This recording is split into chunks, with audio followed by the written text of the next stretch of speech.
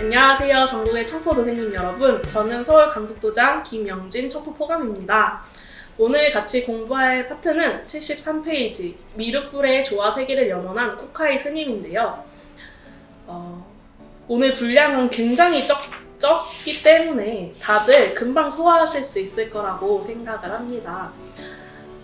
쿠카이 스님에 대해서는 종도사님 도움 말씀을 통해서 조금씩 들어봤던 게 있을 것 같아요. 홈자이, 홈에 대해서 정의를 하시고 일본 사람들이 이 쿠카이 스님 주변에 가서 묻히기를 항상 원한다 라는 이야기를 여러 번 들어봤을 텐데요. 오늘은 쿠카이 스님의 유언, 업적, 그리고 생애에 대해서 간단히 살펴보겠습니다. 먼저 첫 번째 단락부터 볼게요. 쿠카이 스님의 가장 큰 공덕은 홈자이라는 저서를 통해서 미륵님의 인류 구원 중심 주제를 밝혔다는 것입니다. 그래서 여기는 다 같이 밑줄을 한번 쳐볼게요. 팔만대장경의 불교 진리의 총체적 정수를 품 한 글자에 담아서 미륵님의 지상 용화낙원 건설의 길을 여는 불멸의 업적을 남겼습니다. 그래서 지금 쿠카이 스님이 묻혀 계신 곳은 고야산이라는 곳인데요. 고야산에서도 오쿠노인이라는 곳에 묻혀 계십니다. 이 고야산이 2004년도에 세계 유네스코에 등재가 되어가지고 일본 사람들이 여기에 묘를 두면은 극락왕생한다는 이야기 때문에 정말 명당자리로 꼽히는 그런 지역이라고 이야기를 해요. 그래서 책에도 이렇게 나와 있죠. 네 번째 줄 넘어가면 이 스님의 열반 기운을 받아 돌아가고 싶은 역사의 성지와도 같은 곳이다 라고 이야기를 해주셨습니다. 자, 그러면은 본격적으로 쿠카이 스님의 탄생과 유소년 시절에 대해서 살펴보겠습니다. 쿠카이 스님은 일본 나라 시대 말기, 그러니까 7, 8세기 정도에 태어나신 분인데요. 어렸을 때 태몽도 굉장히 독특해요. 인도의 고승이 몸에 들어오는 태몽을 꾸고 이제 쿠카이 스님이 탄생을 하셨다고 합니다. 대성 부른 나무는 떡잎부터 알아본다는 말이 있죠. 어렸을 때부터 신동소리를 굉장히 많이 들었고요. 대여섯 살 때에도 뭔가 연꽃 위에서 부처님, 보살님들과 이야기하는 꿈을 자주 꿨다고 합니다. 아래로 내려가 보면 저는 이 부분이 정말 놀라운데요. 7살 때 큰 서원을 세우고 절벽에서 아래로 몸을 던지는 거예요. 어떤 서원을 세웠냐? 저는 불법을 익혀 앞으로 고통받는 많은 사람들을 구하고 싶습니다. 저의 소원이 이루어진다면 부처님께서 모습을 드러내 주시고 만일 저에게 그 자격이 없다면 이 몸을 부처님에게 바칩니다. 라는 서원을 7살 때 하고 절벽에서 뛰어내린 거예요. 너무 멋지지 않나요? 이런 구도의 자세가 신앙을 하는 우리 청포 도생님들에게도 필요하다고 생각을 합니다. 진짜 뭐 절벽에서 몸을 던지라는 건 아니지만 이런 신앙에 대한 큰 뜻을 마음속에 항상 내가 품고 있는지, 나는 어떤 마음을 가지고 신앙을 하고 있는지를 항상 생각해 보셨으면 좋겠어요. 그래서 아무튼 이렇게 절벽에 몸을 던지는데 이때 자색 구름을 탄 천녀가 나타나서 살아서 부처가 되리라 라고 이야기를 했다고 합니다. 신기하죠? 다음 장으로 넘어가 보겠습니다. 이렇게 마음속에 이런 뜻을 항상 품고 구도 생활을 했겠죠. 15살 때는 외숙부를 따라서 나가오카경에 유학을 갔어요. 그래서 거기서 공부를 하다가 대학에까지 들어갔는데 세 번째 줄에 나와 있어요. 세속의 명리를 추구하는 학문에 회의를 느낀 거예요. 근데 이 얘기를 하면은 이제 생각나는 도전 성구가 있지 않나요?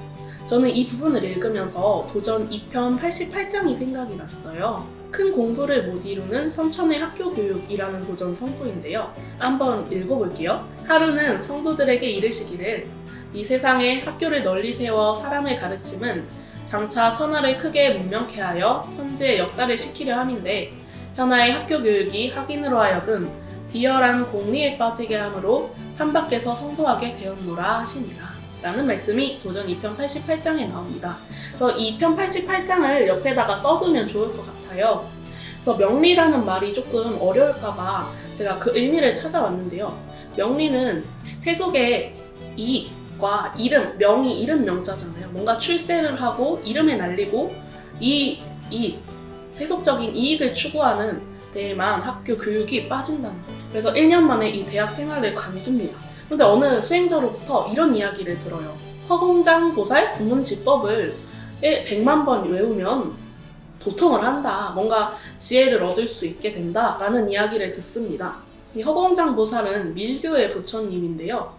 허공처럼 무한한 자비를 지니고 있는 보살이라는 의미고요. 이 보살님은 중생들의 서원을 들어주면서 특히 지혜와 복덕을 한량없이 베푸는 보살님이라고 합니다.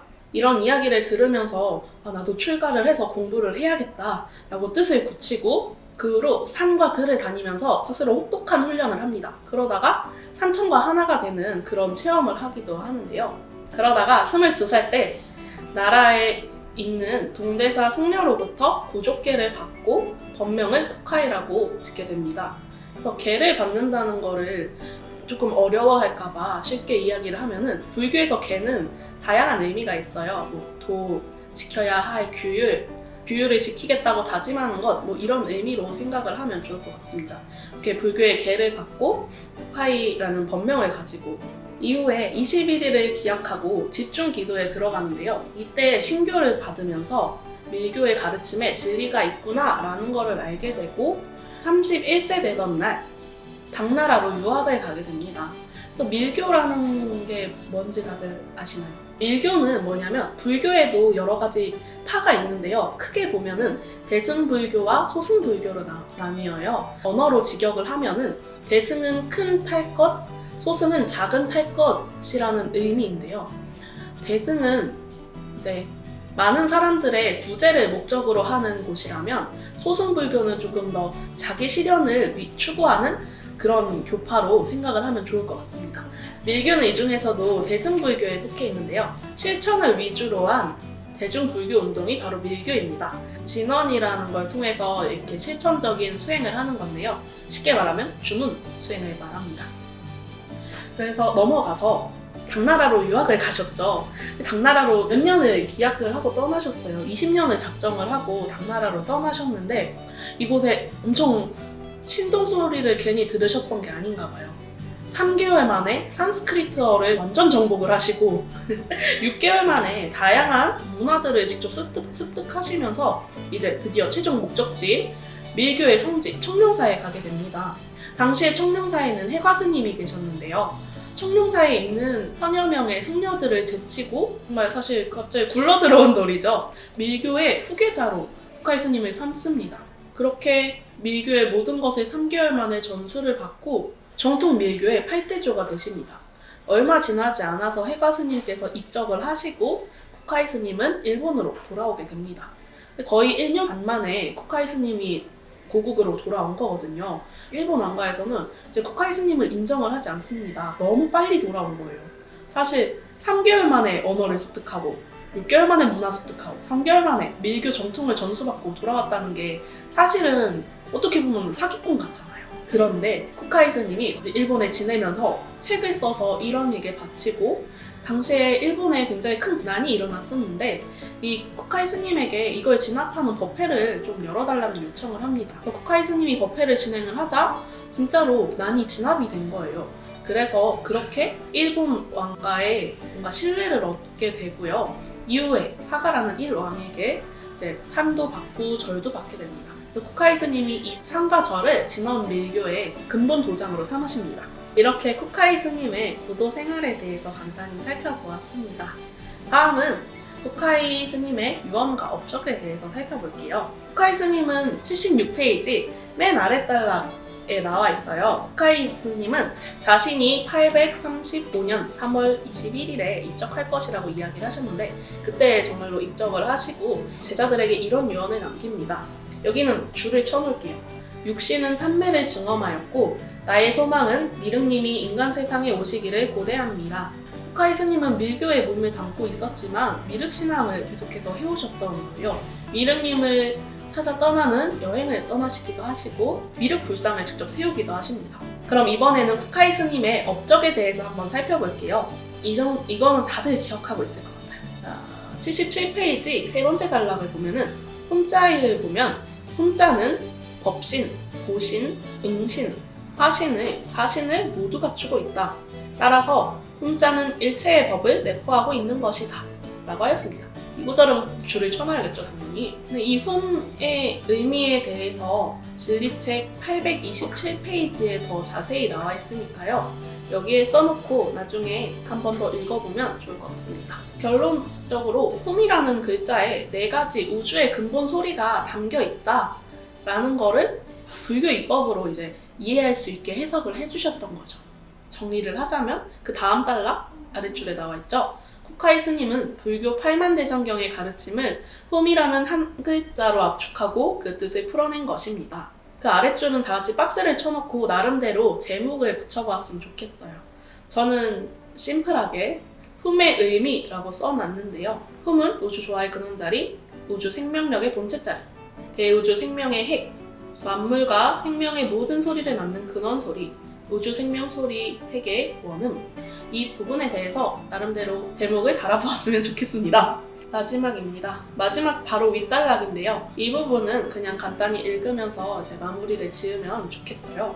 장차 미륵님이 오셔서 여는 가을 우주의 진리 주제, 개벽의 주제, 새 역사의 근본 주제가 바로 훔입니다. 이 훔을 담고 있는 단 하나의 소중한 주문이 있죠. 뭔가요? 네, 태일주죠. 모든 조화의 근원, 생명의 소리를 담고 있는 훔이 바로 태일주 속에 들어있죠.